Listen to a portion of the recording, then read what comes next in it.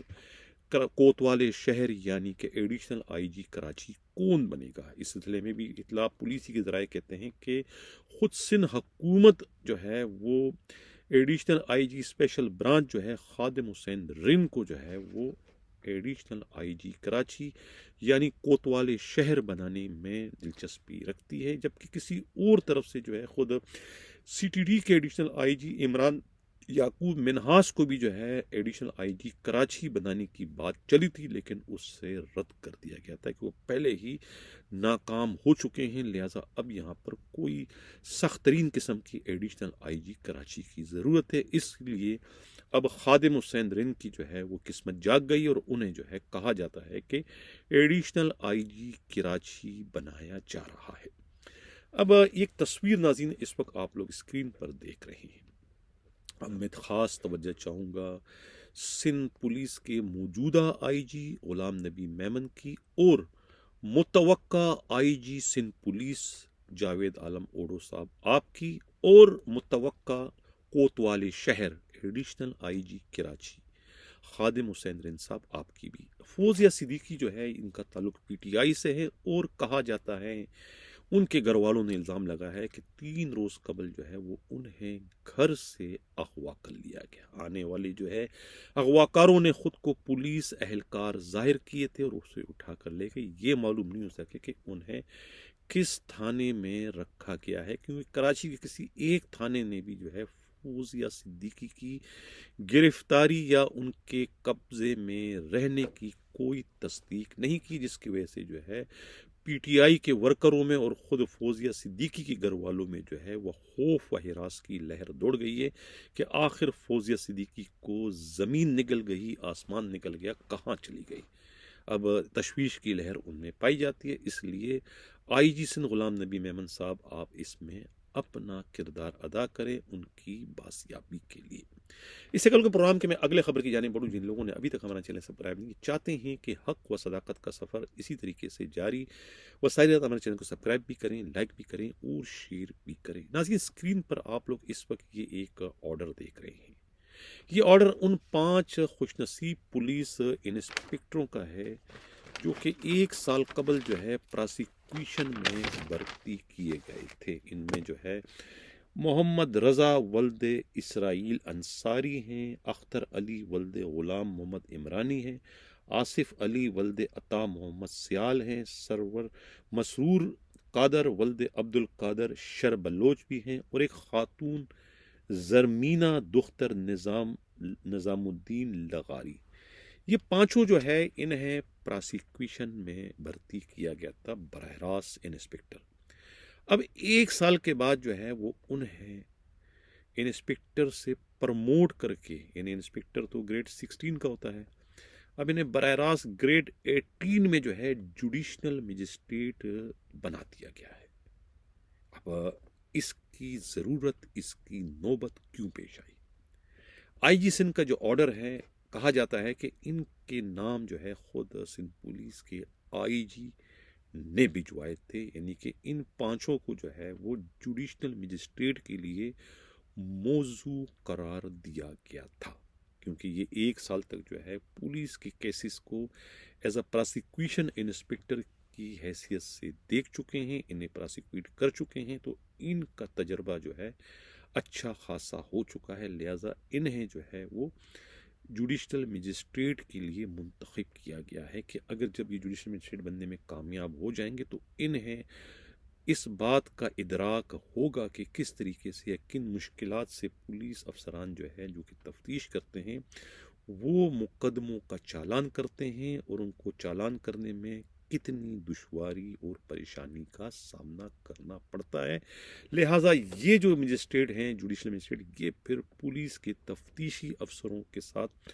اس طرح کی سختی نہیں کریں گے جس طرح کی سختی جوڈیشل مجسٹریٹ اکثر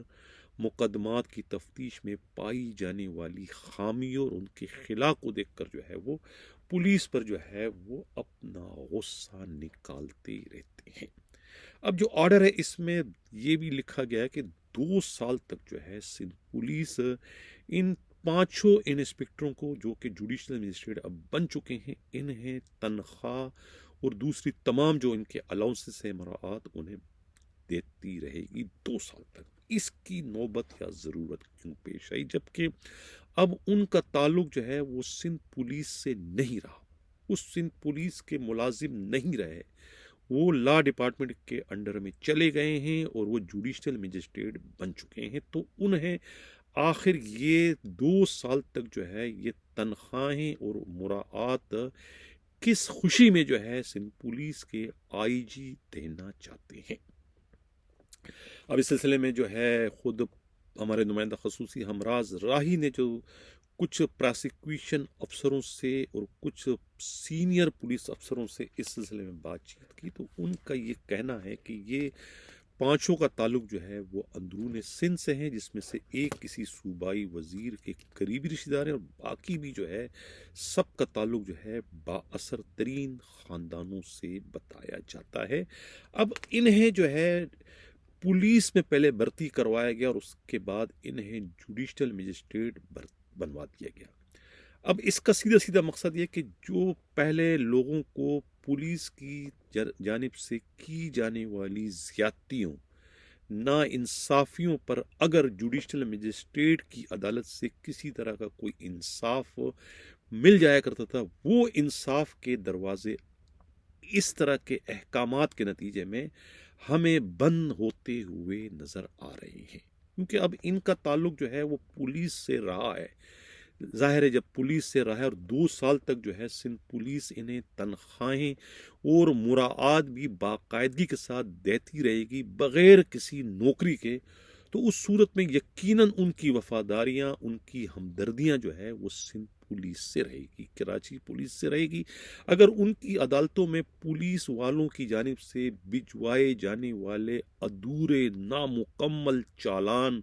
یا دوسرے ان کے مقدموں میں جو خامیاں یا خلا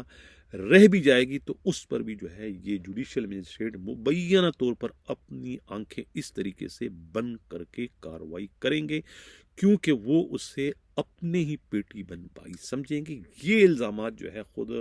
بعض سینئر وکلاء کی جانب سے بھی لگائے گئے ہیں کہ یہ اس کی نظیر جو ہے اس سے پہلے نہیں ملتی کہ پولیس میں بھرتی انسپکٹروں کو جو ہے وہ